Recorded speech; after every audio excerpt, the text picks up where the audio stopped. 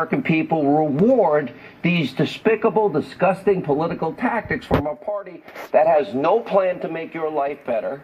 Or will you ask yourself, this simple question: is America better off than we were 2 years ago? Is the country better off? Is America stronger? Is America safer? Is the economy doing better? Is the president keeping promises that he made to you, the American people? Look at your screen. Now, the answer to those questions, you'll never see this on any other show. Well, look at the answers right there.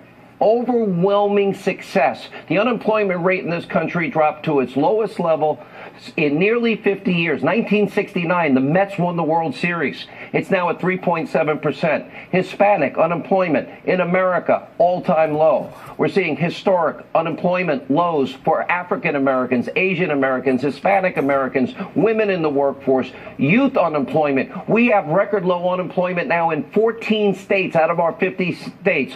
Manufacturing confidence at an all-time high. By the way, 400,000 new manufacturing jobs brought back to America, jobs Obama said were never coming back. Consumer confidence, all-time high. 4 million fewer people tonight on food stamps than 2 years ago. 8 million people out of poverty. That's happened in 2 years. $3+ trillion spent on securing our borders and building the wall. That's underway. The president kept his promise on NAFTA. He pulled us out of the catastrophic Iranian deal. And don't forget about the historic progress that's going on now. We haven't seen a missile from Little Rocket Man since December of last year. It was like a missile a day being fired by Little Rocket Man. President now making progress. We might be able to have denuclearization of the entire peninsula, in the Korean Peninsula. We have new pipelines that have been opened up. That's American jobs. That's American energy sector now booming in this country. ANWR is now open. Coal miners' jobs have been saved in West Virginia. 2 originalists on the U.S. Supreme Court confirmed. We now have promises made, promises kept. 2 years, President Trump has kept his promise. And again, his agenda is reshaping the country for the better. But tonight, that agenda, 29 days from now, is in jeopardy. Our booming economy in jeopardy. Look closely. If you live in one of those House districts that you see in yellow on your screen, look closely, because those districts are the ones that will decide whether or not Nancy Pelosi will become the next Speaker of the House. Because Pelosi, well, she's already measuring the drapes and planning on what? Endless investigation after investigation, even into the newly appointed Supreme Court Justice, Justice Kavanaugh, sore loser. On top of all the other investigations the House is planning to go after President Trump. 2 years nonstop. They're on a quest. They've been telegraphing it. They want to impeach this president. And all they want is a majority from you to fulfill their seedy dreams. And meanwhile, if you live in one of these states, you're going to decide the future of the United States Senate. By the way, look how close the vote was this weekend. You live in North Dakota, Senator Heidi Heitkamp, well, she gave in to the Democratic mob. She voted against Judge Kavanaugh. And so, too, did Joe Donnelly in Indiana. And so, too, did Bill Nelson in Florida. And so, too, did all of these Democrats, with the exception of one, Joe Manchin of West Virginia. There are no more moderates left in the Democratic Party. There's no diversity of opinion anymore. The Democratic Party has evolved into a party of the radical far left, and they're not thinking about how to help the American people with jobs and security, which should be nonpartisan, which we all love, and basic principles which should unite us, not divide us. Due process, the presumption of innocence. They've now become the party of smears, lies, slander, besmirchment, and bludgeoning. The party of identity politics. Now in 29 days, every American in every corner of this great country, you've got to rise up and send a message. Democrats, their brand of ruthless politics, you cannot reward people for what they do every 2 and 4 years, what they've done the last 3 weeks. If you don't get to the polls and vote, core principles that we all hold dearly are at stake. This is the most important midterm election in our lifetime. All right, joining us now, the author of the brand new book. By the way, I've got my copy right here, signed and autographed. It is on Amazon.com, bookstores everywhere, Hannity.com. It's an amazing book. I just finished it this weekend. Why We Fight, Defeating America's Enemies with No Apologies. Fox News national security strategist Dr. Sebastian Gorka, Fox News contributor Tammy Bruce. Tammy, let's start with you. You have been a leading voice. For those that don't know your background, you were once a leader of the National Organization for Women. That's you were once on the left. Yeah. You have said to me over and over again, the left has evolved into this party. Are my adjectives accurate or over the top? No, you're absolutely correct. What I would suggest, though, is a lot of people are saying that they've become this, and almost like this is an acute revelation of what the Democrats have become. What I would submit is that they've always been this way. The difference is that it's been dressed differently, right? This is now what you've seen with the Kavanaugh situation are all of those previously well-dressed, well-sounding Democrats who've been saying effectively the same thing, all running out of their homes completely naked. We've seen them now for what they are. And that's, I think, what the American people are shocked at. The Democrats have panicked so much at what the Donald Trump election really means that now all of the hate, which is what drives them, is coming forward. And the signal that they have decided to go for broke is in not just all of the efforts, of course, to undermine due process or the presumption of innocence or the rule of law. It's the threats that they are now issuing. It is the threats against the senators. It's against Sarah Sanders. It is the remarkable behavior that they display that they seem to not care at all about the impact that it's having on viewers. And I would suggest, Sean, it's not just the conservatives or Republicans that need to come out.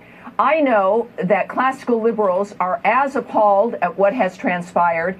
Those are individuals that need to come out. And now there's a new poll that is out that says 56% of independents disapproved of the way the Democrats handled the Kavanaugh hearing. How could they not? We cannot divide. We can't divide the country this way. Let me bring in Dr. Gorka. One of the things, not only do I love your title, Why We Fight, Defeating America's Enemies with No Apologies, this also is on the ballot. Well, I don't see rockets being fired over Japan every other day and threatening the entire peninsula and the world with nuclear weapons. Little rocket man's at the table. The Iranians aren't getting cargo planes of cash. This election matters, and it does fit into the theme of your book. What about ISIS, Sean? What about China? China's coming to the table. Yes, your list, I need that list you used in the monologue. How many items were on your list in just the last 20 months of the Trump administration? It's incredible. But to Tammy's point and to why I wrote Why We Fight, what we saw in the last 14 days, it's not new. In my book, I have a whole chapter on Whittaker Chambers. In 1948, the first televised congressional testimony was of a man who was Kavanaugh'd before Judge Kavanaugh or Justice Kavanaugh was even born. A man who stood up for the truth, who said, well, there are Soviet agents in the U.S. administration. They accused him of cheating on his wife, of being a homosexual, of killing or being responsible for the death of his brother. None of it was true, Sean. That was 1948. The Democrats have always been fueled by hatred and by lies. The difference is now social media. We can see these crazy people clawing at the doors of the Supreme Court. All right, prediction, both of you. Will Republicans and conservatives come out in 29 days? They will, and independents will as well, because they were a little depressed also, but yes, they will. I've got to leave here, but thank you both. Lindsey Graham is next. Senate Majority Leader Mitch McConnell for his leadership and steady resolve. I thank Judiciary Committee Chairman Chuck Grassley for his wisdom and fairness. And I give special gratitude to Senators Rob Portman, Susan Collins, Joe Manchin, John Kyle, and Lindsey Graham. They are a credit to the country and the Senate. I'll be forever grateful to each of them and to all the senators who carefully considered my nomination. That was the new Associate Justice of the U.S. Supreme Court, Brett Kavanaugh, thanking members of the Senate, including my next guest, South Carolina Senator Lindsey Graham. Senator Graham, I said this to you last week, and I'll say it again tonight. I don't think this would have happened without you. the moment where it was just organic for you was extraordinarily powerful in as much as it was righteous indignation at that moment. And the other thing I'd like to say, I don't think it would have happened. I watched the speech of Susan Collins, and I said this Friday night on this show. I think it was the best Senate speech I've ever seen. Yes. Methodically laying out the case with no influence outside from anybody, under enormous pressure. And I've heard every horrible thing said about this woman. And I'm thinking, where is their sense of decency and dignity if you lay out an intelligent case, but you just happen to disagree? Well, it's about outcomes for our friends on the left. There's nothing they won't do to maintain power. There's nothing they won't do to take it back when they lose it. Susan Collins represented the best in the country. She thought about what she did. She explained what she did, and she made a reasoned decision.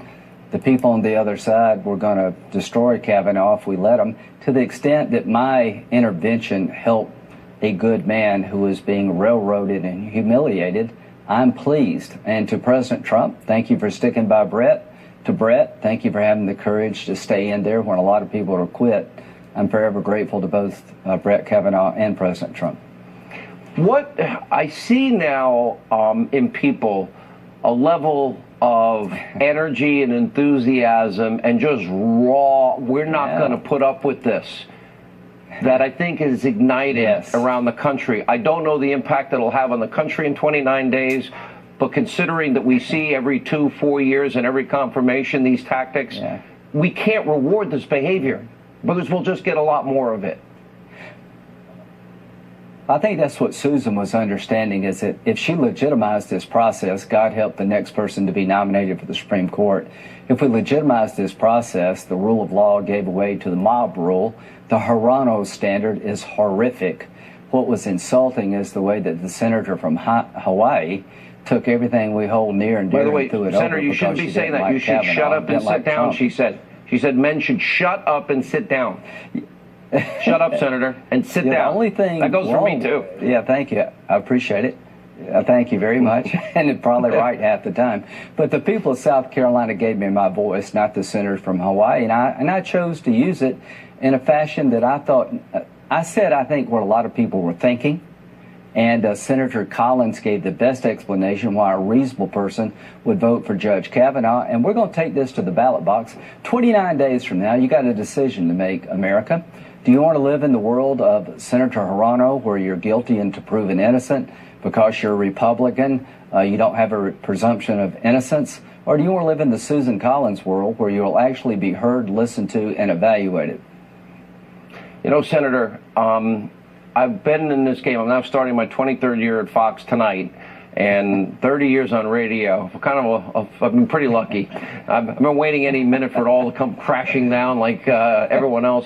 But I will say this: you're good to go. You're good to go. When you look at the progress we've made as a country, I haven't heard one idea from the other side that will improve the lives of the people that matter most. The people in South Carolina and the people in the rest of this country that are seeing the economy boom, our security get beefed up in ways we never imagined just 2 short years ago.